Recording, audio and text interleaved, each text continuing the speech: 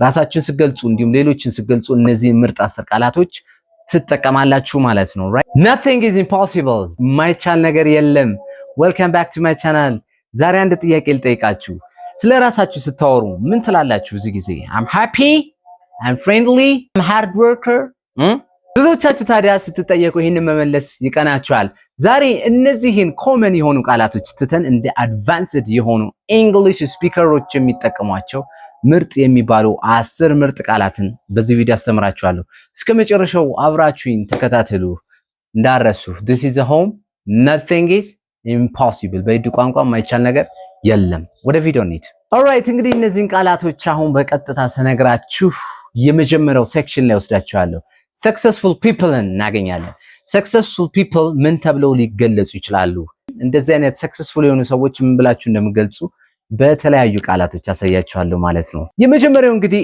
እስቲ አስቡት አንድ ሰው በየቀኑ የሚተጋ ስራ የሚሰራ በጣም ውጤታማ ሲሆን አንድ ሰው ምን ትሉታላችሁ hard working አይደለ በጣም አሪፍ ነገር ግን hard working ከማለት ይልቅ advanced የሆነ እንግሊዘኛ መጠቀም ትችላላችሁ ምን ትሉታላችሁ እንደዚህ አይነት ሰው ኢንዱስትሪየስ ትሉታላችሁ አንድ ሰው በየቀኑ የሚተጋ ስራ የማይሰለቸው በጣም ውጤታማ የሆነ ሰውን ኢንዱስትሪየስ ትሉታላችሁ ምን ማለት ነው ታታሪ ወይም ስራ ወዳድ የሆነ ሰው ኢንዱስትሪየስ ብላችሁ መጥራት ትችላላችሁ ማለት ነው ለምሳሌ እስቲ ልጠይቃችሁ በጣም ከቀላሉ እስቲ እንጀምር ለምሳሌ እህቴ በጣም ታታሪ ናት ቅዳሜና እሁድ ታጠናለች እንዴት ነው የምትሉት My sister is very industrious. She studied even on the weekends. ማለት ትችላላችሁ ስለዚህ my sister is very industrious. She studies even on the weekend. ካላችሁ በተሰራት መልሳችኋል ማለት ነው እስቲ እቺን ደግሞ ሞክሩልኝ የመጨረሻ በቢዝነስ ውስጥ ትልቅ ስኬት ላይ ለመድረስ ታታሪ መሆን ግዴታ ነው እንዴት ነው የምትሉት እስቲ አፍጥኑት ንገሩኝ እስቲ to achieve ለመድረስ to achieve massive success in business you need to be in distress ነው የምትሉት to achieve massive success in business you need to be in distress ካላችሁ በትክክል መልሳችኋል ማለት ነው በጣም አሪፍ ሁለተኛው ማንነት ደግሞ ዝም ብለው የማይቀመጡ በቃ ሁልጊዜ አዳዲስ ሐሳቦች ያሏቸው ንቁ እና ከማንኛውም ሐሳብ ወይም ለውጥ ጋር በፍጥነት የሚላመዱ ሰዎችን ምን ትሏቸዋላችሁ ዳይናሚክ ፐርሰንስ ናቸው ማለት ነው ወይም ዳይናሚክ ናቸው ማለት ነው ያ ማለት ንቁና ተለዋዋጭ የሆነ ባህሪ ያላቸው ዳይናሚክ ፐርሰን ብላችሁ መጥራት ትችላላችሁ እስቲ እናንተ አሁን እችን ሞክሩልኝ ይሄንን ቃል በመጠቀም ማናጀሬ በጣም ንቁ ነው ሁልጊዜ አዳዲስ ሐሳቦችን ያመጣል እንዴት ነው የምትሉት my manager is very ተለዋጭ ዳይናሚክ He always bring new idea ትላላችሁ My manager is very dynamic. He always brings new idea ካላችሁ በትክክል ተመልሷል እስቲ ደግሞ አሁን እንደዚህ በሉ ንቁ የሆኑ ሰዎች ከማንኛውም ለውጥ ጋር ቶሎ ይላመዳሉ እንዴት ነው የምትሉት ንቁ የሆኑ ሰዎች ከማንኛውም ሁኔታ ጋር ይላመዳሉ ስትሉ ቶሎ በሉ Dynamic people adapt quickly to change Dynamic people adapt quickly to change ካላችሁ በትክክል መልሳችኋል ወደ ሶስተኛው ቃል ልሰዳችሁ አዳዲስ መፍትሄዎችን ማምጣት የሚችል ሰው ነው ወይም ነገሮችን በአዳዲስ መንገድ የሚፈጥር ሰው ምን ብላችሁ ነው የምትገልጹት እንደዚህ አይነት ሰው ነው ክሪኤቲቭ አይደል ክሪኤቲቭ ከማለት ይልቅ ግን ከዚህ በኋላ ኢኖቬቲቭ የሚለውን ቃል ተጠቅማችሁ ትገልጹታላችሁ ኢኖቬቲቭ እንግዲህ መፍትሄዎችን ማምጣት የሚችል ነገሮችን በአዳዲስ መንገድ መፍጠር የሚችል ሰው ኢኖቬቲቭ ትሉታላችሁ ማለት ነው ለምሳሌ እሷ ለሰዎች የሚሆን አዲስና ችግር ፈቺ አፕሊኬሽን ሰርታለች እንዴት ነው የምትሉት She created an innovative app for people She created an innovative app for people ካላችሁ በስርዓት መልሳችኋል alright እስቲ መልሱልኝ እናንተ ለዚህ ችግር አዲስና ችግር ፈቺ የሆኑ መፍትሄዎች ያስፈልጉናል እንዴት ነው የምትሉት We need innovative solution for this problem ትላላችሁ We need innovative solution for this problem ካላችሁ ናይስ ነው ማለት ነው alright እሺ አሁን quick የሆነች ሪቪው ልጠይቃችሁ ነው A person who works very hard and is always productive is called dash ብትባሉስ በጣም ታታሪና ስራ ወዳድ የሆነን ሰው ምን ብላችሁ ትጠሩታላችሁ leave your comments እንደዛ ኮሜንት ሴክሽን ኮሜንት ላይ ጻፉልኝ በፍጥነት። ወደ ሁለተኛው ሴክሽን ወስዳችኋለሁ። ኦልራይት እንግዲህ ሴክሽን 2 ላይ ደግሞ ሶሻል ስኪል ይኖረናል ማለት ነው። ሶሻል ስኪል ማለት እንግዲህ ሶሻል ስኪል ያላቸውን ሰዎች ምን ብላችሁ ነው የምትገልጹት ነው። አንዳንድ ሰዎች በጣም ምንድናቸው ሀብታም ወይም ታዋቂ የሆኑና ቢሆንም ኩራት ግን የሌላቸው ናቸው ወይም ደግሞ ለማውራት በጣም ቀለል ያሉ ሰዎች ሲሆኑ እንደዚህ አይነት ሰዎችን ምን ትሉታላችሁ? ዳውን ቱ earth ወይም ትሁት የማይመካ ባላቸው ነገር የማይመካ ወይም ትሁት የሆነ ሰው ዳውን ቱ earth ብላችሁ ትገልጹታላችሁ ማለት ነው። ክሊር ኦኬ። እንግዲህ ይሄንን ካለን እስቲ እናንተ እችን ምሳሌ ስሩልኝ። ለምሳሌ አንድ ሀብታም አለ። ስለዚህ እሱ ሀብታም ቢሆንም እንኳን በጣም ትሁትና ቀለል ያለ ሰው ነው። እንዴት ነው የምትሉት? እሱ ሀብታም ቢሆንም በጣም ትሁትና ቀለል ያለ ሰው ነው ስትሉት በእንግሊዘኛ እንዴት ነው የምትገልጹት ነው? ዳውን ቱ earth የሚለውን በመጠቀም yes right ሞክሩት። even though he is rich he is down to earth ትላላችሁ። even though he is rich is down to earth ካላችሁ wonderful ማለት ነው። እሺ አንድ ልጨምርላችሁ። እኔ ትሁትና የማይመኩ ሰዎችን እወዳለሁ ስትሉ ምንድነው የምትሉት? በጣም ኢዚ ነው። ይሄንን ሞክሩት። I like down to earth people I like down to earth people ካላችሁ exactly ነው ማለት ነው። ወደ ሁለተኛው ሶሻል ስኪል ወዳላቸው ሰዎች ልውሰዳችሁ። አንድ ነገር ብቻ ሳይሆን ብዙ የተለያዩ ችሎታዎች ያሉት ሰው ወይም ብዙ አይነት ስራዎችን በአንድ ላይ ማከናወን የሚችል ሰው ምን አይነት ሰው ነው ማለት ነው? versatile የሆነ ሰው ነው ማለት ነው። right versatile የሆነ ሰው ነው ማለት ነው። ምን ማለት ነው? ሁለገብ ማለት ነው። በአማርኛ ሁለገብ የሆነ ሰው versatile ትሉታላችሁ። እስቲ እነዚህ ምሳሌዎች እናንተ መሞክሯቸው ናቸው። እሱ የተለያዩ ቦታዎች ላይ መጫወት የሚችል ሁለገብ የእግር ኳስ ተጫዋች ነው። እንዴት ነው የምትሉት? he's a versatile football player ካላችሁ በስርዓት መልሳችሁታል። እሺ እቺን ልጨምርላችሁ። ሁለገብ የሆነ ሰው በተለያዩ የሥራ ሁኔታዎች ውስጥ መስራት ይችላል። እንዴት ነው የምትሉት? እስቲ a versatile person can work in different situation versatile person can work in a different situation ትላላችሁ። በጣም አሪፍ። በጣም ከፍተኛ የደስታ ስሜት የጋለ በቃ ይሄ ተነሳሽነትና ጉልበት ያለው ሰው ስገልጹ ብዙ ጊዜ ምንድነው እናንተ የምትሉት? ሃፒ ምናልባት ሃፒ ልትሉ ትችላላችሁ። ነገር ግን እንዲህ ከማለት ይልቅ እንደዚህ አይነት ሰው ኤክስብራንት ብላችሁ ነው የምትገልጹት። ምን ማለት ነው? በደስታና ጉልበት የተሞላ ሰው ኤክስብራንት አይነት ሰው ነው ማለት ነው። ኤክስብራንት ይባላል እንደዚህ አይነት ሰው። ዛክሌር ጥሩ። እቺ መልሱን እስቲ። የሆኑ ልጆች አሉ ብላችሁ አስቡ። ስለዚህ ልጆቹ ጨዋታውን ካሸነፉ በኋላ በከፍተኛ ደስታና ስሜት ተሞልተው ነበር። እንዴት ነው የምትሉት? ልጆቹ በከፍተኛ ደስታና ስሜት ተሞልተው ነበር ስትሉ the children were exuberant after winning the game ትላላችሁ። the children were exuberant after winning the game nice በጣም አሪፍ። ለምሳሌ እስቲ እቺን በሉ። በሩ ላይ በደስታና በጋለ ፈገግታ ተቀበለችኝ ስትሉ እንዴት ነው? she welcomed me at the door with an exuberant smile ካላችሁ በስርዓት መልሳችሁታል ማለት ነው። ወደ ቀጣዩ ልሰዳችሁ።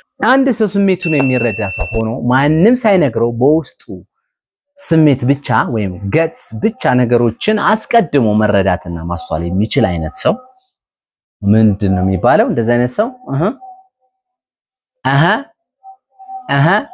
ኢንቲቴቲቭ ይባላል። እንደዚህ አይነት ሰው ኢንቲቴቲቭ ማለት ነው ረቂቅ ማስተዋል ያለው አይነት ሰው ወይም ስሜት የሚረዳ ሰው ምን ትሉታላችሁ? ኢንቲቴቲቭ ብላችሁ ነው የምትገልጹት ማለት ነው። ሰባተኛ ኢንቲቴቲቭ ነው። እስቲ ቀለል አድርጋችሁ እሷ ረቂቅ ማስተዋል አላት ስትሉ እንዴት ነው? she is ኢንቲቴቲቭ ብላችሁ ነው የምትገልጹት። she is ኢንቲቴቲቭ። ሰዎች ስሜታቸው ሲጎዳ ወይም ሲያዝኑ ታውቃለች። እንዴት ነው የምትሉት? in English she knows ምን when people are upset she knows when people are upset that means she is ምንድነች? ኢንቲቴቲቭ ነች ማለት ነው። ራይት ኢንቲቴቲቭ ነች ማለት ነው። በጣም አሪፍ። ኦልራይት ጋይስ እንግዲህ ከላይ እስከታች እስካሁን አይተናችኋል። እስቲ ቶሎ ቶሎ ብላችሁ እነዚህ መመለስ ከቻላችሁ ይሄን ትምህርት በሚገባ አንደርስታንድ ያደርጋችሁታል ማለት ነው። አሁን ቶሎ ልጠይቃችሁ ነው፣ እናንተ ማጭር መልስ ነው የምትሰጡኝ። ኦልራይት በጣም አሪፍ። ታታሪ ስራ ወዳድ ሰው ምንድነው የምትሉት? ምንድነው? ኢንዱስትሪስ ትሉታላችሁ። ንቁና ተለዋጭ የሆነ ሰውን ምንድነው የምትሉት? ንቁ እና ተለዋጭ ሰው ዳይናሚክ ትሉታላችሁ። አዲስ ፈጠራን ወይም ችግር ፈቺ ነገር ማምጣት የሚችል ሰው ምንድነው? ወይም አዲስ መፍጠር የሚችል ሰው ኢኖቬቲቭ very good innovative ካላችሁ በትክክል መልሳችሁታል። ትሁት ባለው ነገር የማይመካ ሰው ምንድነው ብለናል? እንደዚህ አይነት ሰው down to earth don't forget that down to earth። እሺ በጣም ሁለገብ የሆነ ሰው እዛም እዚህም ብዙ ስኪል ያለው ሰው ምን ብላችሁ ነው የምገልጹት? እንደዚህ አይነት ሰው versatile ደስታና ጉልበት የተሞላን ሰው እንዴት ነው የምገልጹት? ወይ ማን ነው የምትሉት? exuberant ትሉታላችሁ። እንደዚህ አይነት ሰው ነው። ኦኬ ረቂቅ ማስተዋል ያለው ሰው ወይም ስሜቱን የሚረዳ ሰው ሳይነግረው ምን ትሉታላችሁ? እንደዚህ አይነት ሰው ነው intuitive ካላችሁ በጣም ወንደርፉል ማለት ነው። ስለዚህ እነዚህን ሰባቱን የነገርኳችሁን ቃላቶች በፍጹም እንዳረሱ ወደ ቀጣዩ ሴክሽን 3 ልሰዳችሁ። ኦልራይት እንግዲህ ይሄ የመጨረሻ ፓርታችን ሴክሽን 3 ነው። ፐርሰናል ቫልዩስ ማለት ነው። ስለ ፐርሰናል ቫልዩ ሰዎች ሲያወሩ እንደዚህን ሰዎች ለመግለጽ ቀጣዮቹን ቃላቶች መጠቀም ትችላላችሁ። ነምበር 8 ለምሳሌ የውስጡና የውጩ ማንነት አንድ የሆነ የማያስመስል ታማኝ የሆነ ሰው ማን ነው የምትሉት?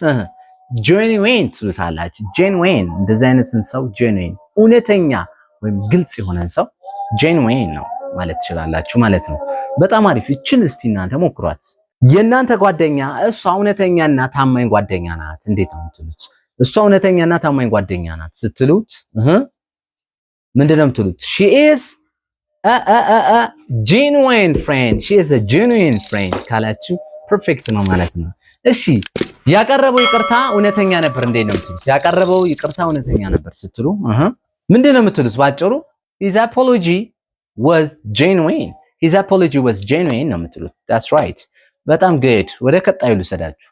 ይሄ ቃል ምን ይላል? frugal right frugal ነው የሚለው። በጣም አሪፍ።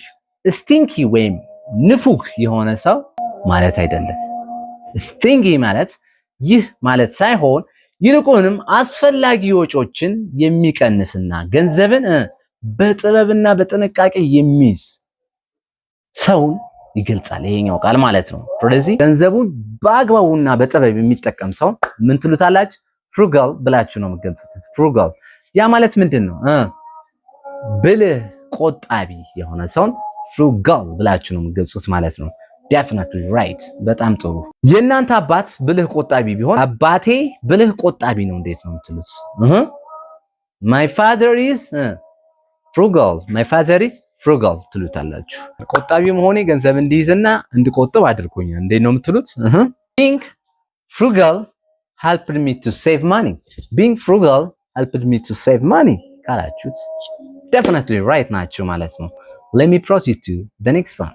የሆነ ሰው አለ እስቲ ወዲያና ወዲህ ሳይዋለል ነገሮችን መርምሮ ፈጣንና ትክክለኛ ውሳኔ መስጠት የሚችል ሰው ምንድነው የምትሉት? ቆራጥ የሆነ ሰው ውሳኔ ሰጪ የሆነ ሰው ምንድነው የምትሉት? decisive ካላችሁት በስርዓት መልሳችሁታል። decisive is እንግዲህ ነገሮችን መርምሮ ወዲያና ወዲህ ሳይዋልል መርምሮ ቆራጥና ፈጣን ወይም ትክክለኛ ውሳኔ መስጠት የሚችል ሰው፣ ባጭሩ ደግሞ ቆራጥ ወይም ውሳኔ ሰጪ ሰው ምን ይባላል? decisive ብላችሁ ነው የምትጠሩት ማለት ነው። በጣም አሪፍ። እስቲ ሞክሩልኝ። ያው ይታወቃል ይሄ ቆራጥ መሪ ፈጣን ውሳኔዎችን ይሰጣል እንዴት ነው የምትሉት? ቆራጥ መሪ ፈጣን ውሳኔዎችን ይሰጣል ስትሉ እስቲ አሁን ያልኳችሁን ቃል በመጠቀም a decisive leader